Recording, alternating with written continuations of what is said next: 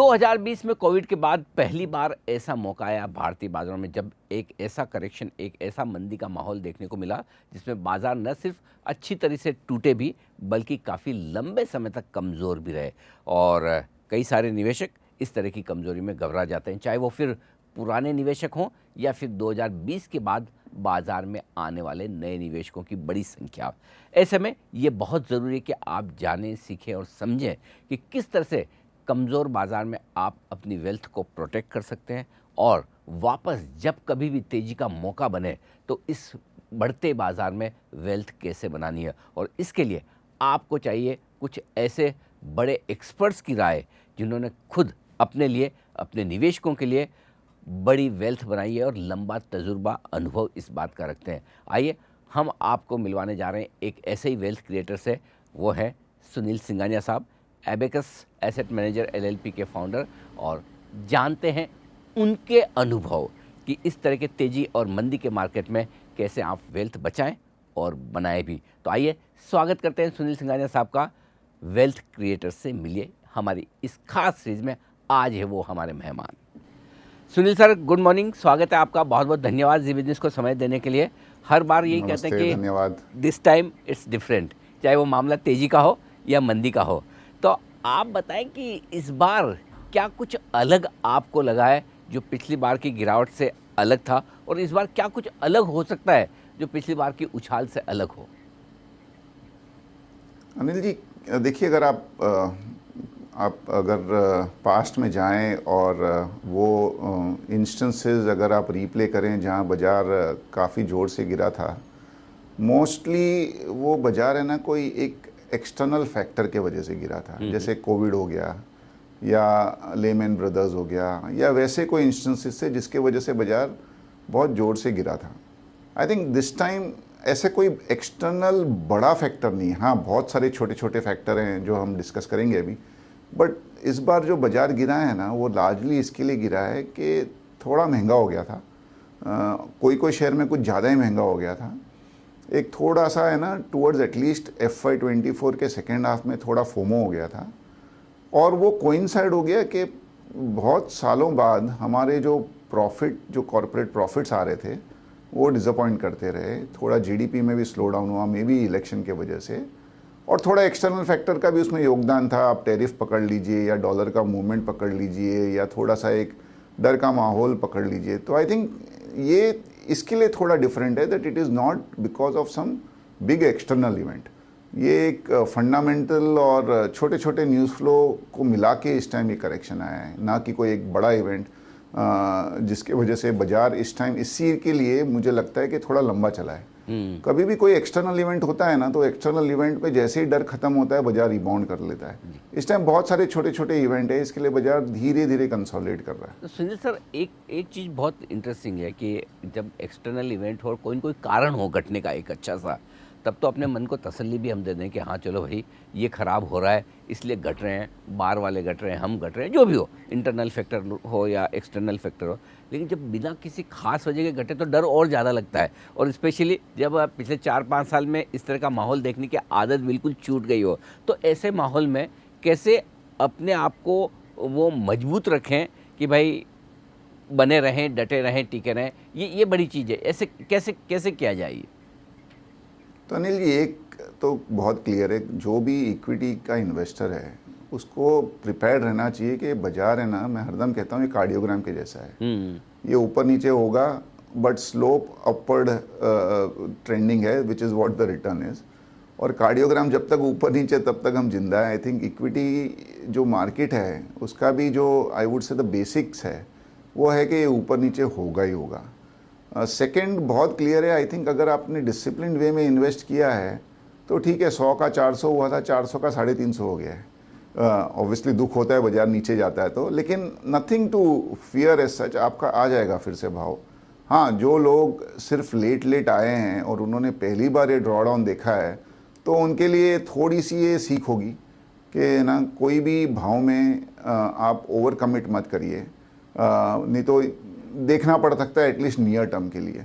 But I think जो भी long term का इन्वेस्टर है, मुझे नहीं लगता है कि उनको ज़्यादा एक डर का माहौल लग रहा होगा। दुख तो होता ही है, देखो थोड़ा भी अगर अपने को पैसा लगता है इवन मार्क टू मार्केट के हिसाब से, बट आई थिंक मोटा मोटी जो सीजनड इन्वेस्टर है उसको पता है कि ये नीचे जाएगा तो आगे पीछे इंडिया ग्रोइंग इकोनॉमी है, प्रॉफिट भी आगे ग्रो होंगे, जो एक अनसर्टेनिटी का माहौल है एक्सटर्नल फैक्टर और टैरिफ के हिसाब से वो भी एक बार संभलेगा तो मार्केट्स विल कम बैक। और ये मार्च में ऑलरेडी दिखा दिया है उन्होंने, अगर आप देखिएगा जनवरी में बाजार गिरा, फरवरी में गिरा, मार्च में कम से कम जो फरवरी में गिरा था वो तो पूरा रिकवर हो गया। लार्ज कैप ने तो जनवरी का भी रिकवर कर दिया पूरा। तो ये एक फेज़ है, ये कि प्रोसेस है, आई थिंक ये संभल जाएगा। तो आई थिंक इन्वेस्टर हो तो आपको कोई डरने की ज़रूरत नहीं है अगर आपका इन्वेस्टमेंट फंडामेंटल बेस्ड पे किया हुआ है। बिल्कुल, इन्वेस्टर हैं तो डरे घबराए ना, लेकिन डर लगता है आमतौर पर एसआईपीज़ वगैरह करने वाले जो कहते हैं ना कि डिसिप्लिन इन्वेस्टर्स है, जो समझते हैं कि भाई हमें हमेशा पैसा लगाना है, 44 लाख नई एसआईपी आती, 55 लाख बंद हो जाती है, तो डर तो कहीं ना कहीं वहीं उन्हें भी लगता है। तो ऐसे में जो एसआईपी इन्वेस्टर्स हैं उनके लिए सही स्ट्रेटेजी ऐसे मुश्किल समय में क्या है?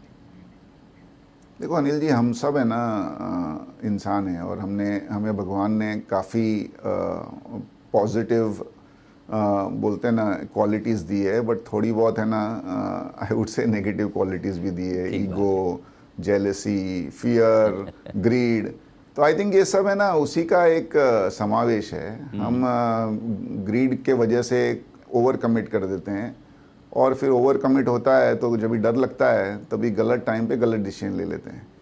तो आई थिंक अगर आपने एसआईपी की हुई है और आपका क्लियर फोकस है, आपने कोई एक गोल बेस्ड एसआईपी की है कि मुझे 10 साल बाद में ये कार्य के लिए मुझे पैसा चाहिए, 5 साल के लिए या 15 साल बाद मुझे ये कार्य के लिए पैसा चाहिए, आई थिंक आपको कोई एसआईपी बंद करने की ज़रूरत नहीं है।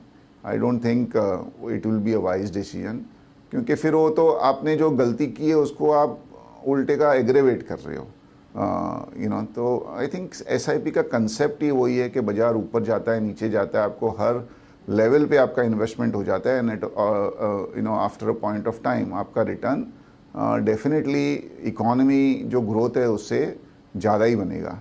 हाँ, अभी ये आप कह सकते हो कि लास्ट 2-3 साल में ब्रॉडर मार्केट जो मिड कैप स्मॉल कैप में पैसा ज़्यादा चला गया था, आई थिंक वहाँ इन्वेस्टर को देखना चाहिए कि उनके जो गोल बेस्ड इन्वेस्टिंग कर रहे हैं उसके हिसाब से उनको कितनी रिस्क लेनी चाहिए।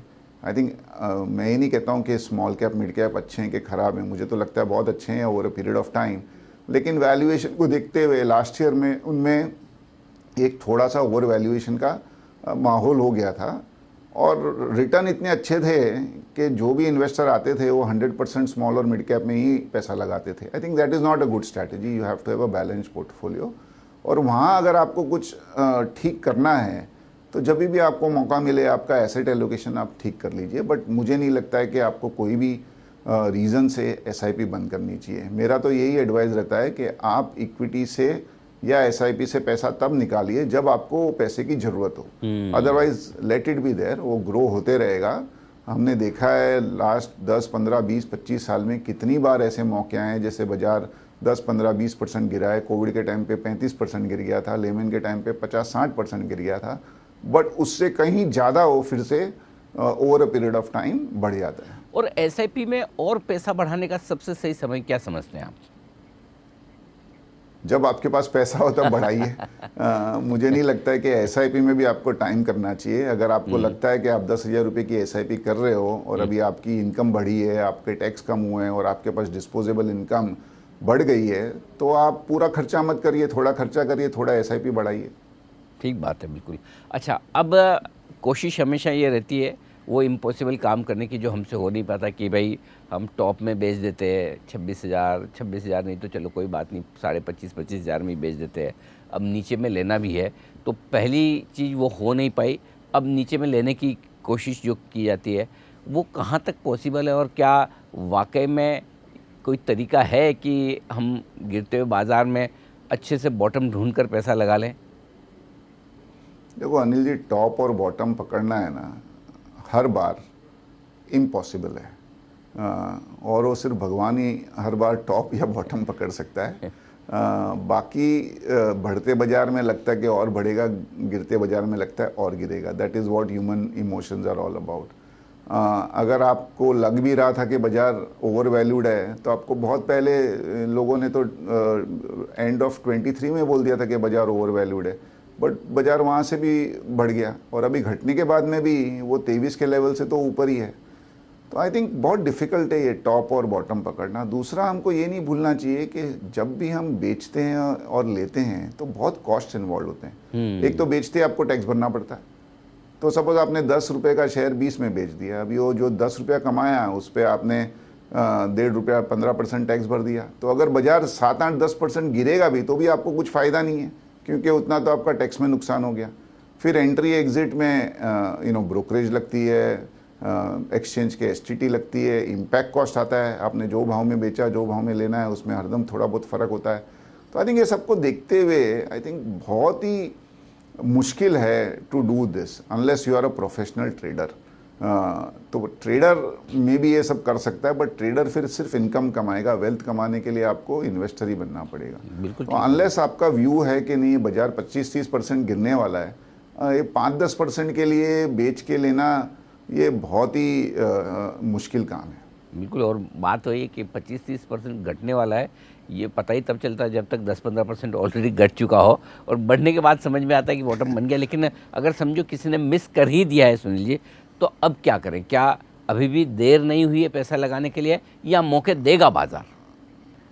देखो, मेरा ये मानना है अनिल जी कि ये जो ऑब्वियसली मार्च का महीना अच्छा गया और सरप्राइजिंगली अच्छा गया, इंडेक्स लेवल पे 6-7% की तेज़ी आई, ब्रॉडर मार्केट्स में ज़्यादा तेज़ी आई, कोई शेयर 20-25% भी बढ़े हैं, और थोड़ा सा एक उल्लास का माहौल फिर से दिख रहा है सिलेक्टिवली। लेकिन मैं I will stick to my earlier view. मुझे नहीं लगता ये वी शेप्ड मार्केट है, ये डब्ल्यू शेप मार्केट होगा।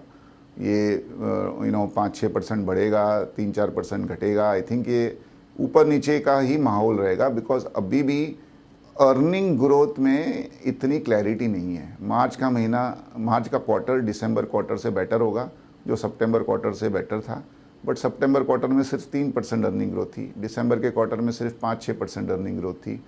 मार्च में अभी जो माहौल लग रहा है उसके हिसाब से 10-11% अर्निंग ग्रोथ लग रही है, बट हम जिस क्वार्टर में 14-15% अर्निंग ग्रोथ पे आएंगे, वो मुझे लगता है that would be the point where we can confidently say कि अभी मार्केट पूरी तरह से बॉटम हो गया। But having said that, I think काफ़ी जो फैक्टर दूसरे थे, जैसे एक टैरिफ का डर था, आई थिंक टैरिफ का डर बहुत हद तक कम हो गया है। अगर आप देखिए अभी यूएस मार्केट गिरता भी है तो दूसरे मार्केट गिरते नहीं है। आई थिंक ये डीलिंक हो गया है, बिकॉज अभी लोगों को समझ में आ गया है कि ट्रंप जितना बात करता है उतना वो कर नहीं पाएगा। पहले था कि भाई फरवरी से ही 25% सब पे टैरिफ, फिर मार्च हो गया, फिर अप्रैल 2 का एक टाइम फ्रेम था। अभी जो रीसेंट कमेंट आए हैं वो ये कह रहे हैं कि अभी नहीं, अप्रैल 2 में भी हम सिलेक्टिव टैरिफ लगाएंगे, बिकॉज उनको भी समझ में आ रहा है ना, अगर सब चीज़ पे टैरिफ लगा दिया तो सबसे बड़ा at least in the near term नुकसान होगा वो अमेरिकन इकोनॉमी को होगा, और अमेरिकन इकोनॉमी रिसेशन में चली जाएगी। तो आई थिंक वो टैरिफ का थोड़ा सा एक डर कम हुआ है। डॉलर इंडेक्स जो बहुत तेज़ी से स्ट्रॉन्ग हो गया था वो अभी 103-104 पे आ गया है। रुपी 88 से 85-86 के बीच में आ गई है। आई थिंक यहाँ पे मैक्रो इकोनॉमिक फैक्टर सब अच्छे हैं। Corporate balance sheets could have never been better. हमारे जो नए आरबीआई गवर्नर हैं वो लास्ट 2 महीने में इतना उन्होंने लिक्विडिटी इन्फ्यूज़ किया है सिस्टम में, उससे भी एक थोड़ा सा एक राहत मिली है। थोड़ा ग्रोथ की आशा है कि अप्रैल महीने से ग्रोथ विल बी बैक। एक इंटरेस्ट रेट कट हो चुका है अप्रैल में, दूसरे इंटरेस्ट रेट कट की बहुत बड़ी प्रोबेबिलिटी है। नया जो सेबी चेयरमैन आया है उसने रिसेंटली काफ़ी चीज़ों में रिलैक्सेशन किया है। तो आई थिंक रेगुलेटरी साइड से भी थोड़ा बहुत एक पॉजिटिव ये है। आई थिंक ग्लोबल तरफ से भी पॉजिटिव माहौल है। इकोनॉमी ग्रोथ 6.5-7% मार्च में दिख रही है कि होनी चाहिए। तो I think the only thing we need now is corporate profitability to come back. Share अभी भी बहुत ज़्यादा सस्ते नहीं हुए हैं, तो आपको रिटर्न एक्सपेक्टेशन उस हिसाब से एक मॉडरेट और रीजनेबल रखने पड़ेंगे। बट 10 में से 8 फैक्टर अभी है ना जो कंसर्न थे वो काफ़ी कम हो चुके हैं। बिल्कुल। और आपने बहुत सही बात कही कि एक ही चीज़ और बची है, वो है कॉर्पोरेट प्रॉफिटेबिलिटी। अगर इस तिमाही के नतीजे ठीक आ जाए तो बढ़िया। लेकिन एक चीज़ जिससे डर भी लगता है, जिससे कॉन्फिडेंस भी आता है, वो है एफआईज़ के आंकड़े। थोड़े सुधरे हैं, लेकिन क्या लगता है आपको, भरोसा किया जाए या अभी एफआईज पूरी तरह से भारतीय बाजारों पर मूड बनाएंगे, लौटेंगे, इसमें वक्त लगेगा? बहुत डिफ़िकल्ट है, लेकिन आप अगर थोड़ा ब्रॉडर पिक्चर देखिए ना, हाँ इंडिया महंगा हो गया था, बहुत क्लियर है आई थिंक। और देखो हम भी इन्वेस्ट करते हैं, इन्वेस्टर भी इन्वेस्ट करते हैं, टाइम टू टाइम कोई ना कोई शेयर में वो भी प्रॉफिट बुक करते हैं, हम भी प्रॉफिट बुक करते हैं। I think from a foreign investor perspective India is like a stock. तो उन्होंने थोड़ा प्रॉफिट बुक किया, और प्रॉफिट बुक करके जो दूसरे सस्ते मार्केट थे जैसे चाइना है और सम अदर मार्केट, वहाँ इन्वेस्ट किया। लेकिन अभी आप ग्लोबली आप पिक्चर देखिए तो हाँ, चाइना ने लास्ट 3-4 महीने में बहुत अच्छा किया है, लेकिन उसके पहले 10 साल ज़ीरो रिटर्न था।